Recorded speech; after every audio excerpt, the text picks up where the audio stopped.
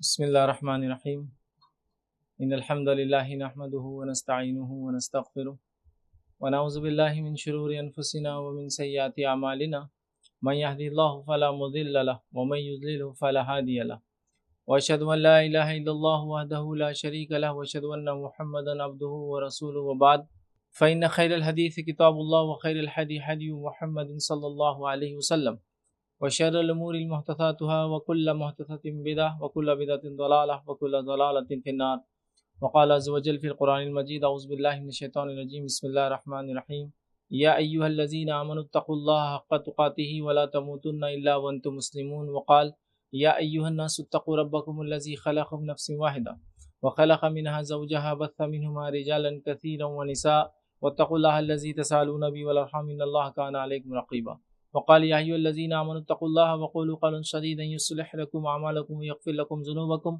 ومن يطع الله ورسوله فقد فاز فوزا عظيما اللهم صل على محمد وعلى آل محمد كما صليت على إبراهيم وعلى آل إبراهيم إنك حميد مجيد اللهم بارك على محمد وعلى آل محمد كما باركت على إبراهيم وعلى آل إبراهيم إنك حميد مجيد رب اشرح لي صدري ويسر لي أمري واحلل عقدة من لساني يفقهوا قولي وقال عز وجل في القرآن المجيد أعوذ بالله من الشيطان الرجيم بسم الله الرحمن الرحيم والعصر إن الإنسان لفي خسر إلا الذين آمنوا وعملوا الصالحات وتواصوا بالحق وتواصوا بالصبر أما بعد تمام تعریفیں اس اللہ عز و جل کے لیے لائق و زیبا ہے جو تمام جہانوں کا بنانے والا اور اسے پالنے والا ہے، اور درود و سلام اس کے آخری نبی محمد صلی اللہ علیہ وسلم پر۔ الحمدللہ ہم تمام اس درس کے لیے یہاں جمع ہوئے اور انشاءاللہ العزیز اس مختصر سے وقت میں میں آپ تمام کے سامنے ایک بے انتہا اہم عنوان پر روشنی ڈالنے کی کوشش کروں گا، اور آج کا جو میرا عنوان ہوگا وہ عنوان ہے دین کے نام پر جھگڑے یا مذہبی جھگڑے۔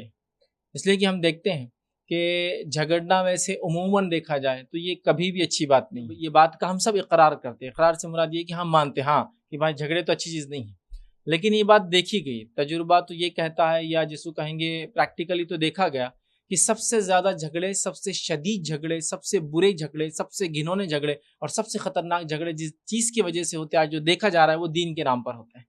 مذہبی جھگڑے، مسلکی جھگڑے، دینی جھگڑے، ٹھیک ہے۔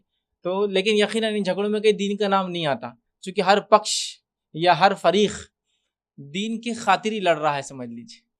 تو دین کے نام پہ جھگڑے، یہ وہ جھگڑے یاد رکھیے جو بہت سنگین شکل لیتے جا رہے ہیں، حتیٰ کہ بات یہاں تک آ گئی کہ یہ بات تو ہم نے سنی، اس بات کا ہم احتجاج کرتے ہیں، اس بات کو ہم غلط مانتے ہیں کہ کوئی اللہ کے گھر کو توڑے، بات صحیح، مطلب مسجد کو ڈھائے، ہم سب غلط مانتے ہیں۔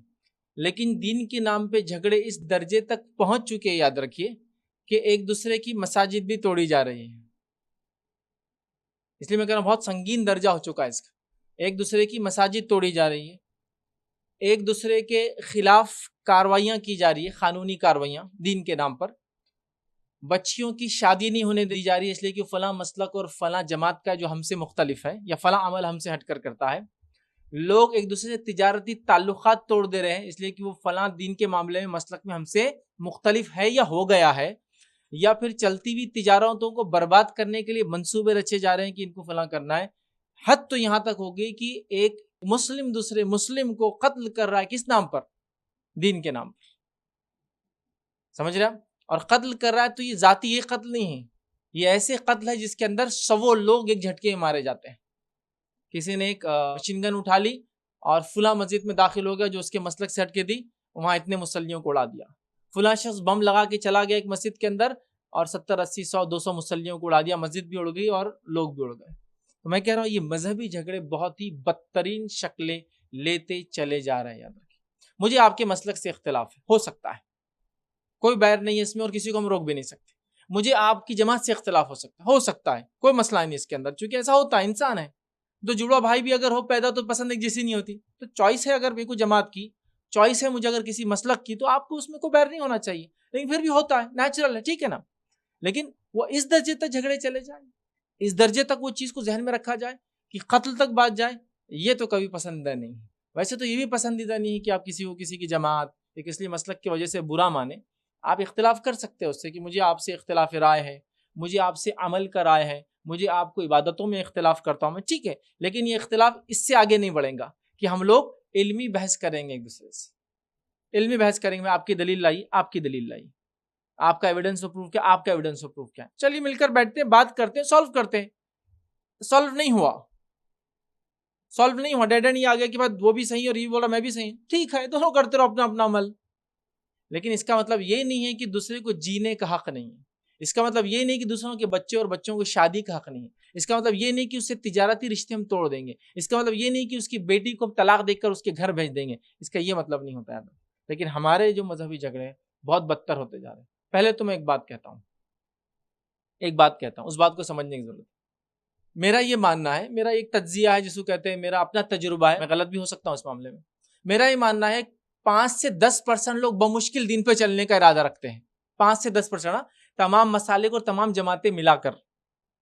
یہ 5 to 10% ہی مسلمان ہیں جو دین پر چلنے کا دعویٰ کرتے, دین پر چلنے کی کوشش کرتے, دین پر چل رہے ہیں, چاہے کسی مسلک سے جڑے ہوئے, کسی جماعت سے جڑے ہو, یا کسی تنظیم سے جڑے ہو, چلیے, یا کسی دعوت سینٹر سے جڑے ہو. چونکہ انڈیا پاکستان وغیرہ اگر ہم چھوڑ دیں تو آپ دوسرے گلف کنٹریز میں چلے جائیں گے, یورپ اور امریکہ جائیں گے تو وہاں دعوت سینٹرز ہوتے ہیں.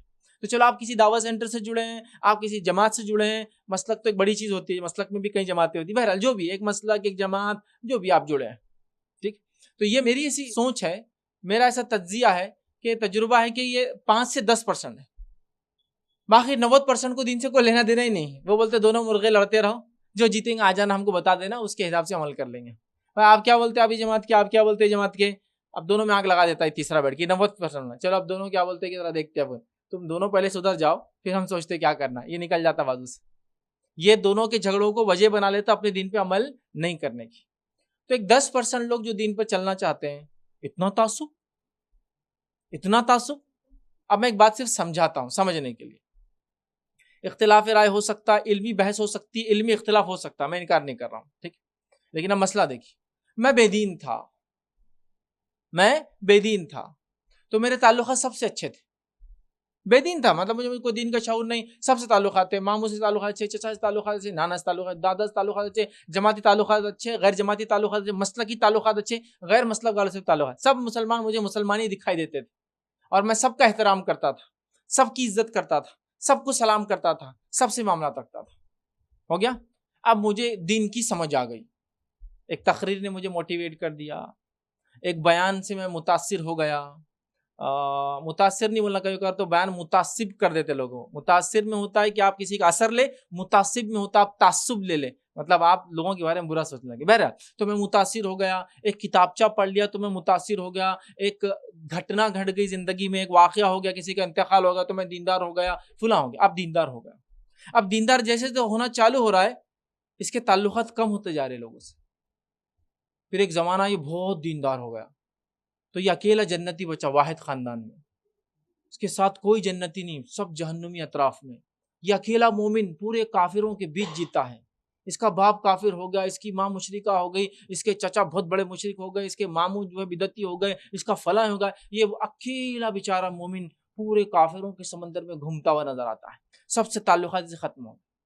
پہلے بے دین تھا, سب سے تعلقات تھے, اب دیندار ہو گیا, تعلقات ختم. چونکہ یہ اس کی دینداری اس کو مجبور کرتی ہے کہ وہ تمام دیگر مسلمانوں کو کافر مانے. اس کی دینداری اس کو مجبور کرتی ہے کہ ایک فلاں مسئلے میں بھی اگر کسی سے اپنا اختلاف ہو تو وہ سب سے گھٹیا انسان ہے دنیا کا, اور وہ واجب القتل ہے. اگر موقع ملے تو اس کی جان بھی لے لو, چونکہ وہ ایک مسئلے میں میرے سے اختلاف کرتا ہے, ڈفرنس آف اوپینین رکھتا ہے.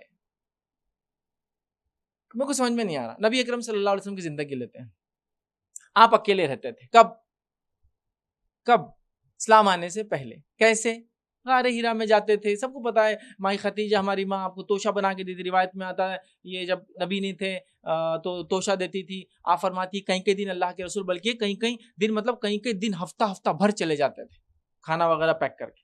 کہاں جاتے تھے؟ مکے سے باہر. جو لوگ حج کو جاتے ہوں گے وہ بہرحال غار وغیرہ دیکھی ہوں گی. مکے سے باہر جاتے تھے, وہیں رہتے تھے اور غور و فکر کرتے تھے کس نے کائنات بنائی. یہ لات, عزا, منات, یعوز, یعوق, نصر, یہ رب نہیں ہو سکتے, یہ بنانے والے نہیں ہو سکتے, یہ رازق مالک نہیں ہو سکتے. آپ فکر کرتے تھے. اسلام آیا, پہلی وحی آئی. اس پہلی وحی اقرا آنے کے بعد کوئی, میں چیلنج کرتا ہوں, بتا دے اللہ کے رسول صلی اللہ علیہ وسلم بعد میں غار ہرا میں واپس گئے ہو, بعد میں گئے ہو. اب اکیلے پن کی زندگی سے آپ سماجی زندگی میں داخل ہو رہے ہیں.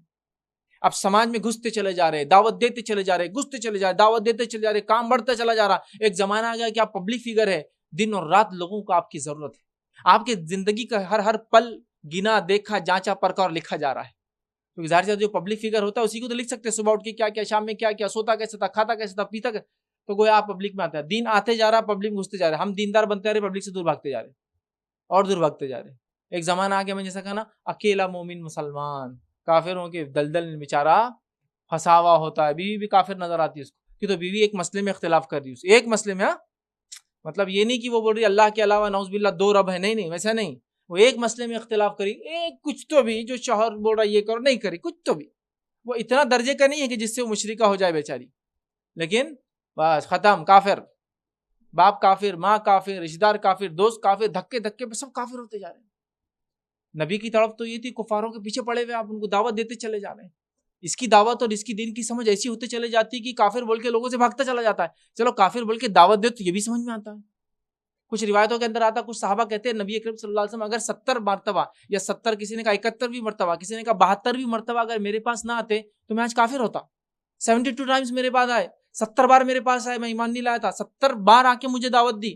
تو اگر چلو تم مانتے بھی ہو کہ تمہارا ایمان اتنا بلند ہو گیا کہ سب کافر ہے تمہارے اطراف میں, تو پھر دعوت تو دو ان کو, جاؤ تو صحیح. نہیں, میرا ایمان, میرا اسلام یہ ہے کہ اب منہ بند کر لینا, بس ایک بار بولنا, مانا تو پھٹ چل نکل, اور بس میں بیچارہ اکیلا موحد اور مومن اور جو بھی ہے پوری دنیا میں نے اسلام کو سمجھا, میرے سے نیک تو کوئی پیدا ہوا ہی نہیں, ہم ہی سمجھ رہے ہیں, ہمارا مسلک ہی سب سے صحیح ہے, ہماری جماعت ہی سب سے افضل ہے, ہم ہی فلاں ہیں. دوسروں کو دعوت دی جا رہی مبالغے کی, آ جاؤ تم حق پر ہوں گے تو زندہ رہیں گے, ورنہ میں زندہ رہوں گا تو موت آ جائیں گے, آج چلو.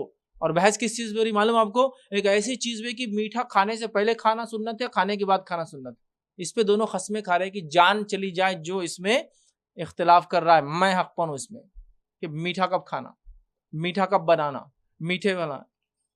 کچھ سمجھ میں نہیں آ رہا مجھے, مطلب کہاں جا رہے, کیا ہو گئی, کہ ہمارا دین میٹھے پہ انحصار ہے اس کا, کہ میٹھا کھائے تو دیندار, میٹھا کیا ہے. لیکن اس کی شدت دیکھیے, اس نے فلاں چیز کا انکار کیا, میرے فلاں کا, کس کا انکار کیا, تیری دعوت کا, تیرے دین کا, تو بھی تو 70 بار جا سکتا ہے. نبی اکرم صلی اللہ علیہ وسلم کئی بار کافروں کے پاس گئے, نہیں میں نے میٹھا کھلایا تھا, انکار کیا, بس اب تو کافر ہو گئی. نہیں, تو کوئی وجہ نہیں سمجھ آ رہی. اللہ کے رسول صلی اللہ علیہ وسلم گھر میں پڑوسی کچرا ڈالتا ہے روز, معلوم آپ کو, مکی زندگی میں. جب اللہ کے رسول بہت فرسٹریٹ ہو گئے نا, بہت چڑ گئے تھے ایک بار, تو خالی باہر نکل کے لوگوں سے کہتے ہیں, اے لوگوں, کیا پڑوسی کے ساتھ کوئی ایسا کرتا ہے؟ بس اتنا ہے. اس کے علاوہ آپ یہ نہیں سنیں گے پڑوسی کے ساتھ تعلقات توڑ دیے, اس کے بعد کبھی بات نہیں کی, دکھا تو منہ پہ تھوک کے چلے گئے, اس کو روز بولتے کافر کافر کافر, کچرا ڈالا, کافر نے کچرا ڈالا, ابو جہل کافر ہے, کبھی نہیں کہا. میرا معاملہ تو یہ کہ مجھے ایک مسئلے میں اختلاف ہو گیا تو کافر, تو کافر, تیرا باپ کافر, تیرا خاندان کافر, اے کافر کافر کافر کافر کافر. ہم سمجھ نہیں پا رہے. نبی اکرم صلی اللہ علیہ وسلم کی شادی حدیث ہم سمجھ نہیں پائے. حدیث کے الفاظ سنیے, نبی اکرم صلی اللہ علیہ وسلم فرماتے, کوئی شخص اپنے بھائی کو کافر نہ کہے, اگر وہ نہ ہوا تو بات بولنے والے کی طرف پلٹ کر آتی ہے. ایک روایت میں فرمایا, کوئی بھائی دوسرے بھائی پہ کوئی الزام نہ لگائے اگر وہ ویسا نہیں ہو جس پہ لگایا گیا. یا ایک روایت میں فرمایا, کوئی کسی پہ لعنت نہ کرے اگر وہ لعنت کا مستحق نہیں ہوا, تو وہ لعنت نکل کے جاتی ہے, الزام نکل کے جاتا ہے, سامنے والے پہ لگتا ہے, وہ مستحق نہیں ہے اس کا, وہ ویسا نہیں کرتا ہے, وہاں سے نکلتا ہے, لوگوں میں ٹکراتا ہے, یہاں کوئی قبول نہیں کرتا, آسمان کی طرف جاتا ہے, آسمان کے دروازے اس پہ بند کر دیے جاتے ہیں, نکل کر آتا ہے اور اسی کو لگ جاتا ہے جس نے بولا تھا. آپ نے کسی بھی لعنت بھیجی, مستحق نہیں ہوا لعنت کا, آپ کو لگیں گی وہ لعنت. آپ نے کسی کافر کرو, کافر نہیں ہوا, آپ کو لگیں گی. تو کوئی اپنے بھائی کو کافر نہ کہے, کوئی الزام نہ لگائے. کافر مت کہو, منافق مت کہو, مشرک مت کہو, جب تک کہ ثابت نہ ہو. بدعتی مت کہو, ہم اٹھے چھوٹے کی بول دے رہے ہیں. تو یہ دینی جھگڑے بہت ہی خطرناک ہوتے جا رہے, اتنے خطرناک ہوتے جا رہے کہ میں نے کہہ دیا نا, رشتے ٹوٹ جا رہے, جانیں چل جا رہی, مسجدیں اڑا دی جا رہی, اور پتہ نہیں کتنی جانیں لے لی جا رہی صرف اس بنیاد پر. اور میں دعوے سے کہہ سکتا ہوں, اس پر تو آپ لوگ پڑھتے ہی ہوں گے, دینی بنیاد پہ بھی قتل ہو رہے ہیں. سمجھ رہے ہیں بات کو؟ تو ہمیں اب تھوڑا سا اس معاملے کو سنگینی سے لینے کی ضرورت ہے. یوتھس کو, نیو جنریشن کو ان مسائل کو سمجھنے کی ضرورت ہے. کیا اس درجے تک وہ اختلاف ہے ہمارا کہ جان کے بارے میں ہم ایک دوسرے کی برا سوچیں؟ کیا اس درجے تک اختلاف ہے ہمارا نعوذ باللہ کہ ہم کسی کی عزت اپنے نفس پہ حلال کر لیں؟ کسی کا مذاق اڑانا, اس کی عزت ہے نا, آپ اڑا نہیں سکتے. اگر وہ ہے بھی واقعی میں کافر, تو آپ کو مذاق اڑانے کا حق نہیں ہے, مذاق اڑانے کا حق نہیں. سمجھ رہے بات کو, مذاق اڑانے کا نہیں. اچھا کوئی کافر ہے, سمجھ لیجیے, ایک مثال دینا, صرف بات سمجھ لیجیے کہ آدمی بدترین کافر ہے, بولتا مسلمان اپنے آپ کو لیکن کافر, سمجھ لیجیے ہے, اب بول رہے تو ہے, سمجھ لیجیے بدترین ہے. اس کے کفر میں اس کے والدین نے اگر سپورٹ نہیں کیا تو وہ کوئی اس کے مستحق ہے کہ ان کو کچھ کہا جائے؟ ایک انسان نے اگر ایسی کوئی بات کہہ دی جو میری جماعت کے لوگ، میرے مسلک کے لوگ اس کو اٹیسٹیفائی نہیں کرتے، سرٹیفائی نہیں کرتے، تو میں فوراً بولتا یہ جو ہے نا اولادی غلط ہے، یہ نطفہ ہی غلط ہے، یہ سبحان اللہ۔ اب اس میں اس کے ماں باپ کا کیا مسئلہ؟ ماں باپ کا کیا دخل اس کے اندر؟ لگا دیا الزام اٹھا کے کسی پر۔ سمجھ رہے آپ بات کو؟ یہ کامن ہو گیا، مطلب اتنا کامن ہو گیا کسی کو انتہا نہیں۔ بس کچھ ہوا نہیں کہ ان کی نسل ہی خراب ہے، ان کی پیدائش ہی خراب ہے، اولاد ہی حرام کی ہے۔ اچھا چیلنج بھی کیسے؟ اگر تم سچے ہو تو کیا بولنا چاہیے؟ قرآن میں اللہ رب العزت نے کہا اگر تم سچے ہو تو کیا کرو؟ قل ہاتوا برہانکم ان کنتم صادقین، دلیل لاؤ اپنی اگر تم سچے ہو اپنے دعوے میں، دلیل مانگنا نا۔ تو ہم کیا بولتے ہیں؟ اگر سچے ہیں تو ایک باپ کے ہے تو آ جاؤ۔ اب میں سائنٹیفکلی بات کرتا ہوں تھوڑی سی۔ بچہ یا تو حلالی ہوگا، مطلب والدین سے پیدا ہوگا، یا تو ولد الزنا ہوگا۔ دونوں بھی کیس میں باپ تو ایک ہی ہوگا اس کا۔ سائنٹیفکلی دو آدمیوں کے نطفے سے ایک بچہ پیدا نہیں ہو سکتا، تو باپ تو ایک ہی ہوگا۔ ہاں ٹھیک ہے، وہ ولد الزنا ہوگا یا جائز اولاد ہوں گی، اس کو بولتے جائز اولاد اور زانی اولاد، وہ ہوگا۔ لیکن دو باپ تو نہیں ہوتے کسی کے، سائنٹیفکلی ہو ہی نہیں سکتا یہ۔ تو بعد بھی انسائنٹیفک، جس کا کوئی بھی تھوڑا سا سائنس کا تعلیم بولیں گے یار بچہ جو بھی ہو ٹھیک ہے، لیکن ایک ہی باپ کی اولاد ہوتا ہے۔ سمجھ رہا؟ اس کی نسلوں پہ الزام، نعوذ باللہ۔ کیا نعوذ باللہ ہم یہ کہہ سکتے ہیں کہ نوح علیہ السلام کا بیٹا ایمان نہیں لایا تو نوح علیہ السلام نعوذ باللہ کچھ گڑبڑ کی ہوں گی، صحیح تربیت نہیں کی ہوں گی، فلاں نہیں ہوں گی، الزام لگاتے۔ لوط علیہ السلام جیسے نبی کی بیوی ایمان نہیں لائی تو کیا ان پہ الزام؟ نعوذ باللہ نہیں۔ ماں باپ کا کیا لینا دینا یار؟ تو بس اب دیکھیے نسلوں پہ الزام، اور لوگ بڑے خوش ہوتے ہیں، داد دیتے ہیں ایسے لوگوں کے جو ایسے چیلنج کرتے ہیں۔ لاؤ تم بھی لکڑیاں، لاؤ ہم بھی لاتے لکڑیاں۔ یہ ایک اجتماع ہو رہا ہے، سمجھ لیجیے، بہت بڑا اجتماع ہے، بڑے علامہ آئے ہوئے۔ لاؤ تم بھی لکڑیاں، لاتے ہم بھی لکڑیاں، جو حق پہ بولے آنکھ میں بیٹھو، جو بچ گیا وہ بچ گیا، جو جل گیا وہ جل گیا، بولے آنکھ لگا دو اس کو۔ بھائی ایسا چیلنج تو کسی نبی نے بھی نہیں کیا، میرے تو خواب و خیال میں نہیں۔ ہاں ایک نبی کو اٹھا کے آنکھ میں ڈال دیا گیا تھا، لیکن انہوں نے چیلنج نہیں کیا تھا کہ لالو لکڑیاں، میں حق پہ ہوں گا تو بچ جاؤں گا، نہیں تو نہیں۔ ڈالا گیا تھا، اللہ نے بچا لیا۔ لیکن یہاں ایک مسلک کا آدمی، اچھا مسلک تو نہیں بولنا چاہیے، مسلک دونوں کا ایک ہی ہے، دو لوگ جو ایک ہی مسلک کو ماننے والے، صرف جماعت الگ ہے، چیلنج کر رہے ہیں، جلا لو اپنے آپ کو، بولے جو ہوں گا بچ جائیں گے۔ عوام بھی اتنی جاہل ہے، جسی کو انتہا نہیں۔ اچھا عوام کی جہالت بھی عجیب ہے، دنیا کے تمام معاملے میں ان سے زیادہ چتر و چالاکی کوئی نہیں ہے، اتنی چتر و چالاک بنتی معلوم، دین کے معاملے میں ایسی بھدی بیوقوف بن جاتی ہے، اس کو کہیں گے جس کا کوئی انتہا نہیں۔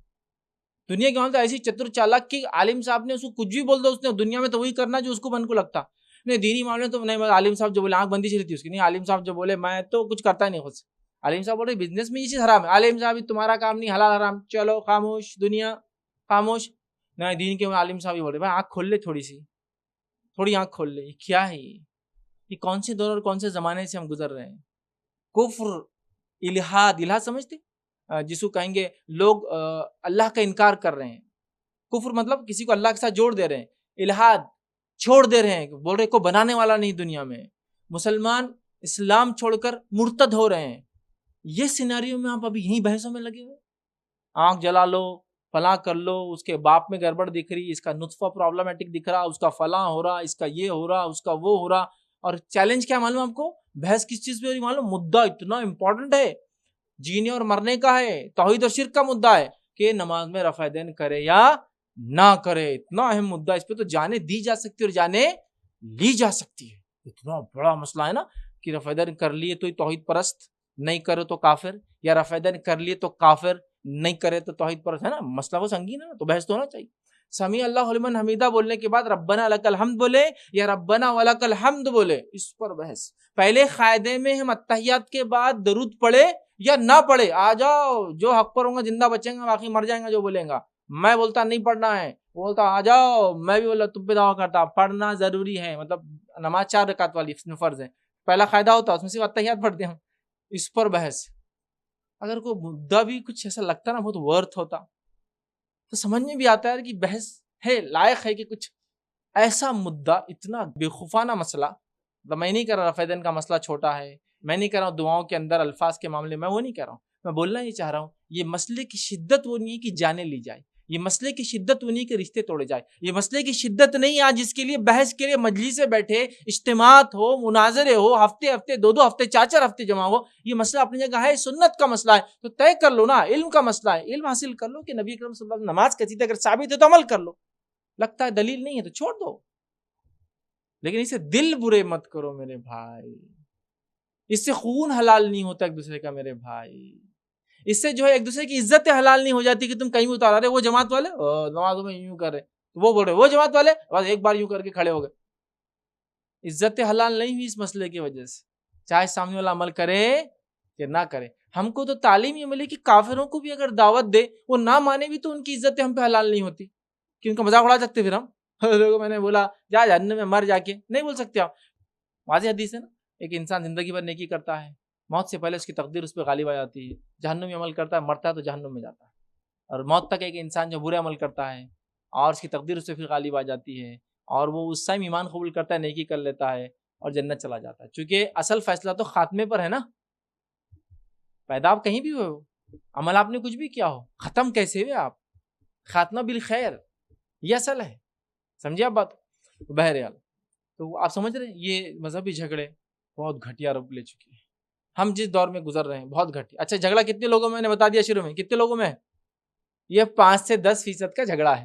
باقی 90% تو چکر میں نہیں ہے. وہ بولتے تم دونوں لڑ لو رات بھر, صبح رزلٹ بول دو ہم کو, خالی بولتے رات میں ریکارڈنگ ہو گئی, وہ تو 7 گھنٹے شروع ہوں میں, رات بھر تم نے بحث کیے, خالی مسئلہ دے دو تو یہ بولتے فریق 1 سے پوچھ رہا, پارٹی نمبر 1 ہم جیت گئے وہ ہار گئے, پارٹی نمبر 2 ہم جیت گئے وہ ہار گئے. ارے اللہ 7 گھنٹے بعد بھی تم دونوں جیتے ہوئے, فائدہ کیا ہوتی بحث کا. پھر پتا چلا علمی بحث نہیں تھی, دونوں اپنے نفس کو ثابت کرنے بیٹھے تھے, اپنی خواہشات کو ثابت کرنے بیٹھے تھے, دلائل کی بنیاد پہ دونوں نے بات نہیں کی.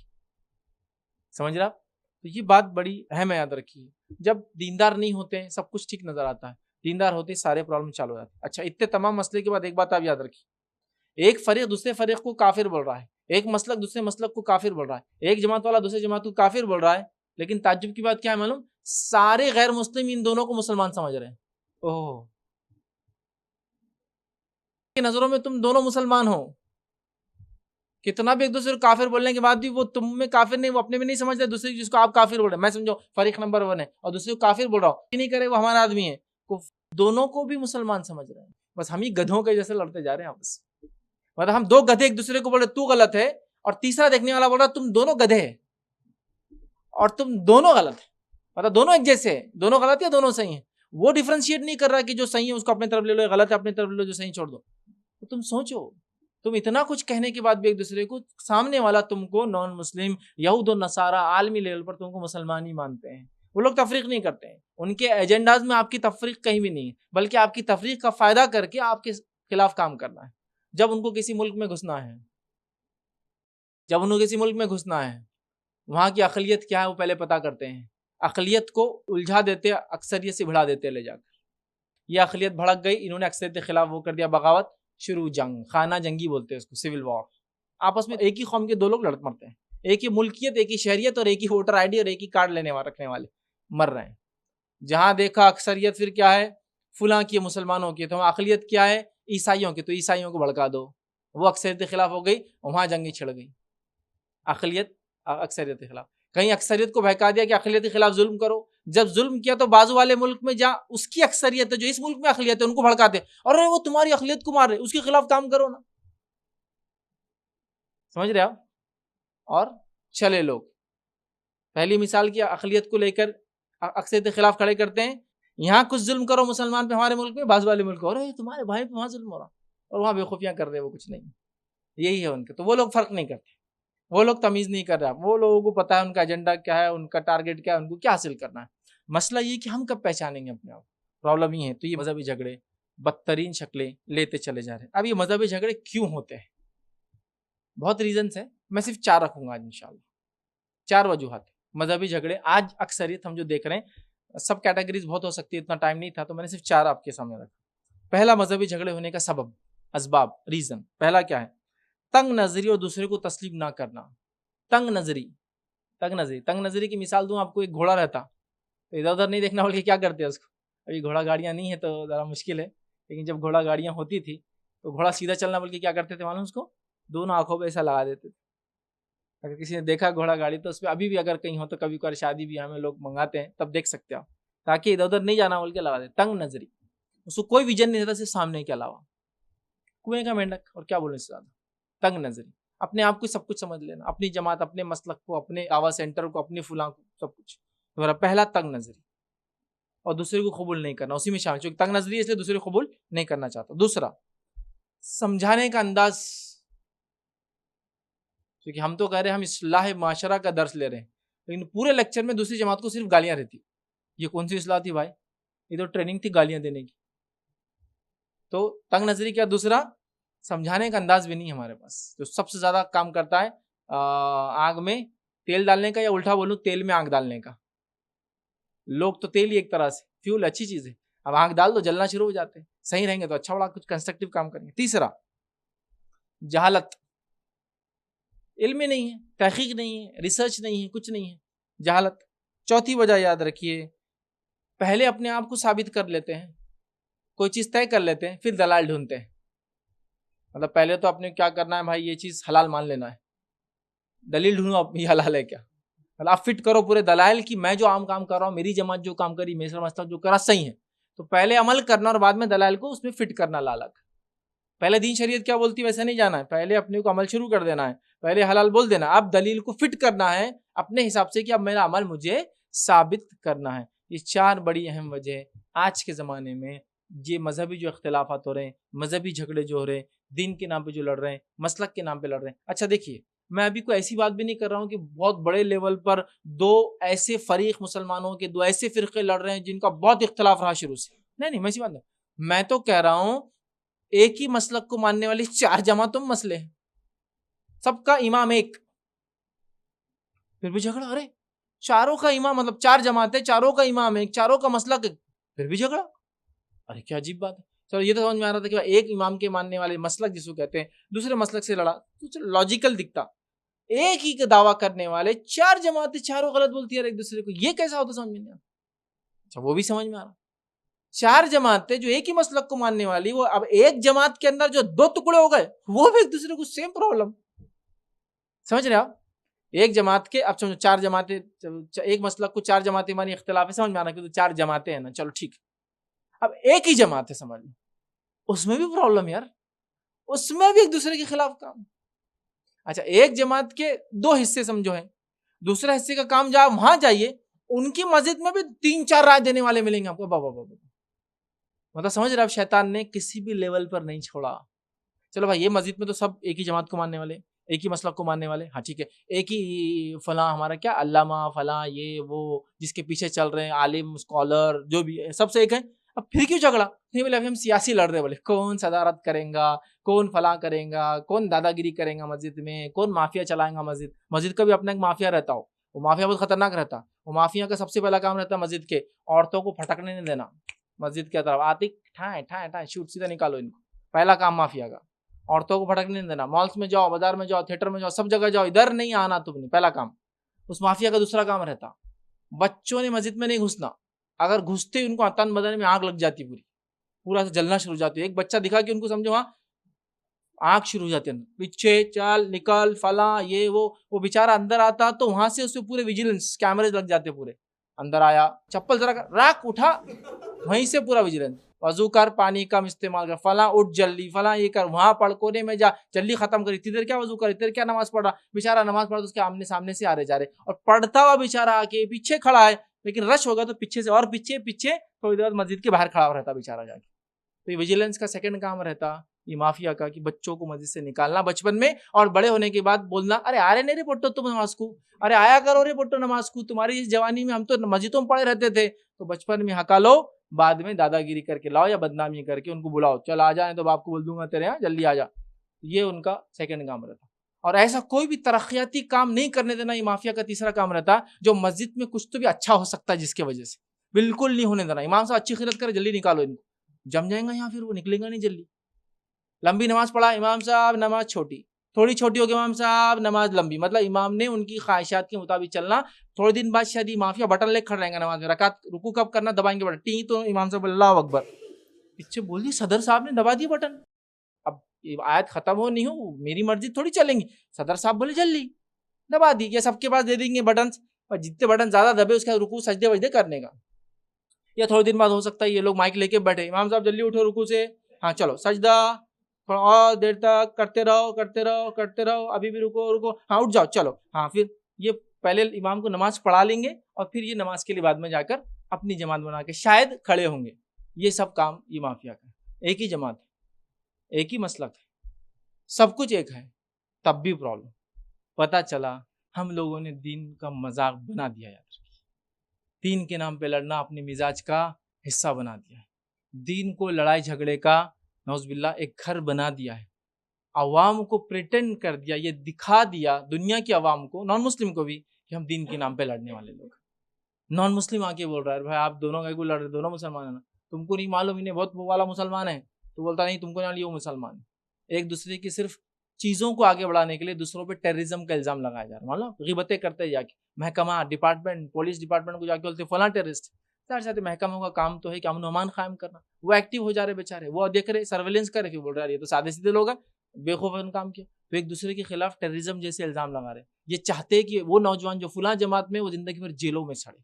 کیسی سوچ ہے یار. یہ میں دیندار والوں کی بات کر رہا ہوں، ابو جہل کی بات نہیں ہو رہی. ابو جہل نے یہ پلان نہیں کیا تھا کہ صحابہ کو پڑھ کے 10-20 سال جیل میں ڈال دے تو اس کو خوشی ہوں گی. وہ چاہ رہا تھا خالی وہ چھوڑ دے، محمد کے پیچھے نہ چلے. لیکن یہاں تو خوشی ہوتی ہے، چلا گیا نا وہ، بھیج دیا اس کے لونڈے کو، بہت فلاں ہوشیاری کر رہا تھا، اب دیکھو جیل میں سڑتا، بہت فلاں نماز کا طریقہ بدلتا، فلاں یہ کرتا، ہمارا فلاں کرتا، جماعت کو غلط بولتا، مسلک کو غلط بولتا، مسجد کو یہ بولتا، امام صاحب کی خیرت پہ انگلی اٹھاتا، فلاں یہ کرتا، مسجد کے انتظامیہ کو بولتا، عورتوں کو لانے کی بات کرتا مسجد میں، بچوں کو ساتھ لے کے آتا، اس کی ٹانگا توڑ کے وہیں گھر میں رکھ دو اس کو، جا بچوں کے ساتھ ہی نماز پڑھ. یہ لیول تک ہماری دشمنی. اب بھائی یہاں تو سب ایک ہی جماعت ایک مسلک کے نا، یہ کہہ کو اب کہہ کو پتا چلا نہیں ہم نے مزاج بنا لیا یہ جھگڑے والا ہے. تو یہ بات کو سمجھنے کی بے انتہا ضرورت ہے. تو یہ اختلاف دوسروں میں نہیں ہے، یہ اختلاف صرف دیندار لوگوں میں، اور اس گھٹیا درجے تک ہے جس کی کوئی انتہا نہیں. حقیقی معنوں میں صرف یہ کہوں گا ہماری واقعی میں تربیت نہیں ہوئی جیسا ہونا چاہیے. تربیت نہیں بھائی، تربیت ضروری تھی. دین کے نام پہ صرف ہم نے چہرے کو بڑھا لیا، داڑھی کو ایک علامت بنا لیا دین کی، ایک ٹوپی ڈال لی، کرتا پائجامہ ڈال لیا، اوہ عربی سوپ ڈال لیا، اوہ رومال باندھ لیا تو اوف اوف اوف اوف اوف، اور اس کے بعد مسجد آ گیا بولے تو واہ بھائی واہ. چونکہ ایسے کپڑے پہن کے مسجد نہیں بھی گئے تو آپ دیندار تو ہو ہی گئے، انڈین ٹینڈنسی کے حساب سے آپ دینداری ہی ہے. لیکن نماز کو آتے بولے تو او بھا بہت زیادہ دیندار ہے آپ. یہ لیول ہے ہمارا، سی پہچان ہے ہماری، اس کے علاوہ نہیں ہے کچھ بھی پہچان. سمجھ رہے آپ بات کو؟ سمجھنے کی ضرورت ہے. آئیے ایک ایک نقطہ آپ کے سامنے رکھتا ہوں. پہلا نقطہ، تنگ نظری اور دوسروں کے مقام کو تسلیم نہ کرنا. تنگ نظری اور دوسروں کے مقام کو تسلیم نہ کرنا سب سے بڑی وجہ ہے مذہبی جھگڑوں کی، دینی جھگڑوں کی، مسلکی جھگڑوں کی، جماعتی جھگڑوں کی. سب سے بڑی وجہ ہے. اس بات کو سمجھنے کی بہت سخت ضرورت ہے. بہت سخت ضرورت ہے اس بات کو سمجھنے. ہم لوگ بالکل اس چیز کو نہیں سمجھ رہے. یہ تنگ نظری ہم کو کہاں لے جا رہی ہے، یہ چھوٹی سوچ ہمارے ساتھ کیا کر رہی ہے، ہم لوگ نہیں سوچ رہے. یاد رکھیے. تو آئیے تنگ نظری یاد رکھیے. تنگ نظری کیا ہوتی ہے میں آپ کو پہلے اس کا ڈیفینیشن دے دیتا ہوں.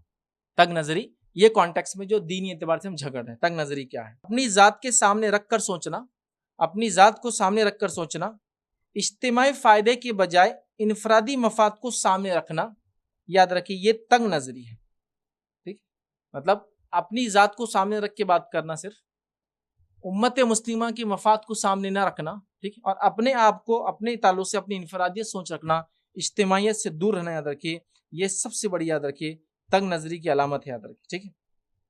اور یاد رکھیے ایسا انسان جو ایسی تنگ نظری اور تنگ سوچ رکھتا ہے، اس کی سوچ یہ ہوتی ہے کہ وہی حقیقت میں اسلام پر چل رہا ہے، باقی دنیا میں اسلام پہ چلنے والا اس کے علاوہ اور کوئی نہیں. یاد رکھیے. ٹھیک. اسی طرح جو ہے جس کی سوچ میں وسعت ہے وہ مبلغ اسلام بنے. ٹھیک، جس کی وہ سوچ میں وسعت ہے وہ مبلغ اسلام یاد رکھیے بننا چاہیے. ورنہ ہمارے پاس یہ ہے کہ جس کی سوچ میں وسعت نہیں، یاد رکھیے وہی دین کی تبلیغ کرنے کی بات کر رہا ہے.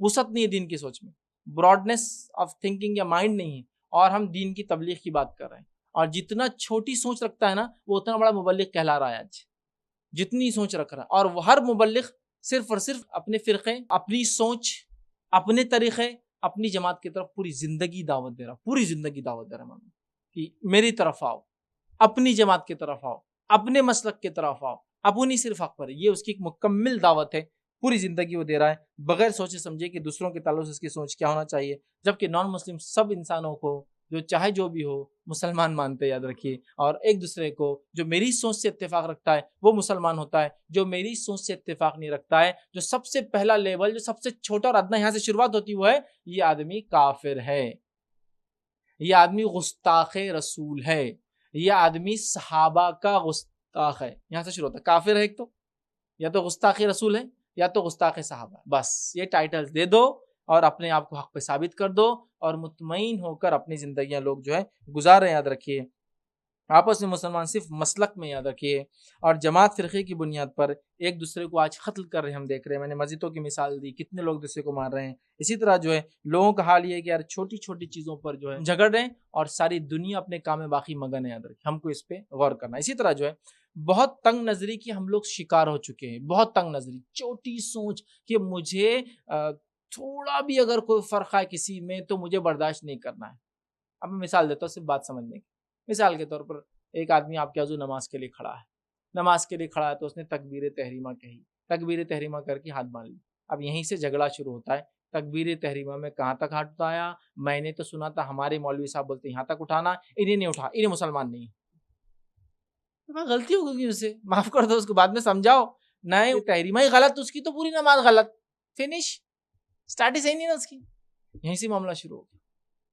اتنی بھی یا تنگ نظری، اس سے بات کرو، بعد میں اس کو سکھاؤ، اس کو سمجھاؤ، لیکن سیدھے سے ڈکلیئر کر دینا تو یہاں سے معاملہ چل رہا تھا۔ اسی طرح ہم دیکھتے ہیں اپنی ساری صلاحیت، ساری توانائی، ساری قوتیں، ساری تقریریں اور تحریریں صرف اس لیے لگائی جا رہی کہ اپنے مسلک اور اپنی جماعت کو حق پر ہے ثابت کرنا ہے۔ پوری کوشش ہماری اس کے لیے، اسلام حق پر ہے، اسلام سچا ہے، نبی کریم صلی اللہ علیہ وسلم کی شخصیت جو ہے سب سے سچے نبی اور انسان تھے دنیا میں، اس کے لیے نہیں ہے۔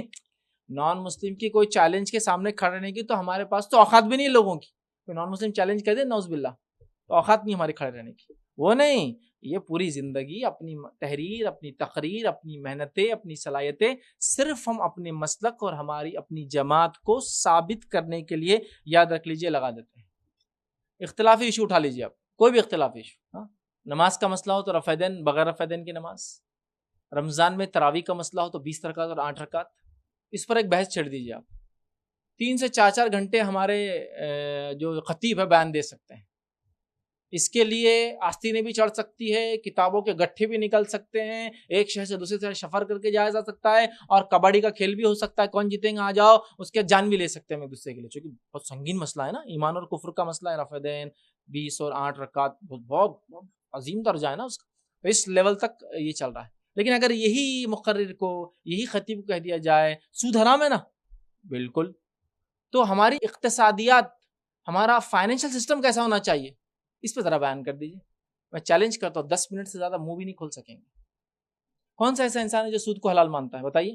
تو سود کے خلاف کیا کریں گے آپ؟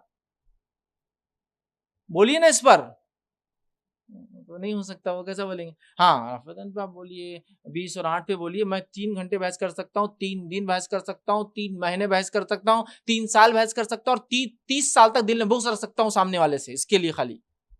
لیکن یہ تو نہیں ہو پائیں گا، یہ کیسے ثابت کرو؟ اسلام کی حقانیت ثابت کرنا جو کفر اور کافر ہم پہ الزام لگا رہے ہیں، وہ تو بہت مشکل ہے یار، اپنی کون بات سنیں گا وہاں تک، وہ ایسے سے الزام لگا رہا، اپنے کو کچھ معلوم، چونکہ اپنی دنیا سمجھ رہی نہیں، ہم کیسے ریلیٹ کریں اس کو، وہاں نہیں ہو رہا، وہ سب نہیں۔ امہات المومنین پہ لوگ جو ہے بے لگام بے چھوٹ زبان اٹھا رہے ہیں، خلمے اٹھا رہے ہیں، اللہ کے رسول نہیں، وہاں جواب نہیں ہوتا، کفار، یہود، نصارہ، وہاں ہمارا منہ بھی نہیں کھلتا، ہاتھ بھی نہیں چلتا، وہاں 10 منٹ بھی نہیں ہم ٹک پائیں گے۔ لیکن آپس میں کبڈی کھیلنے آن دو، 3 گھنٹے بحث ہو سکتی ہے ایک چھوٹے سے مسئلے، میں نہیں کہہ رہا ہوں وہ مسئلہ اپنی ذات سے چھوٹا، میں کہہ رہا ہوں اتنے مسائل کے سامنے اس کی حیثیت کیا ہے اس مسئلے کی، یہ بھی تو جانو۔ ہر مسئلہ دین میں ایک جیسا نہیں ہے، عقیدہ سب سے اول ہے، یہ سب بعد میں ڈسکس ہو سکتا ہے، جب اس کی اصلاح ہو جائیں گی سب کچھ ہوگا، لیکن ہماری بحثیں اسی پر آتا ہے۔ اسی طرح جو ہے ہمارے علماء کی ساری عمر تقریریں دینے میں اور تحریریں لکھنے میں جا رہی ہے، لیکن یاد رکھیے یہ کاوشوں کا خلاصہ یہ ہے کہ اپنے مسلک، اپنی جماعت، اپنے ٹرسٹ، اپنے دعویٰ سینٹر کو ثابت کرنا ہے۔ دین کی حقانیت، مسلمانوں کی حقانیت، ہمارے سماجی کام، ہمارے کرنے کے کام، امت کی ذمہ داریاں اس پر نہیں۔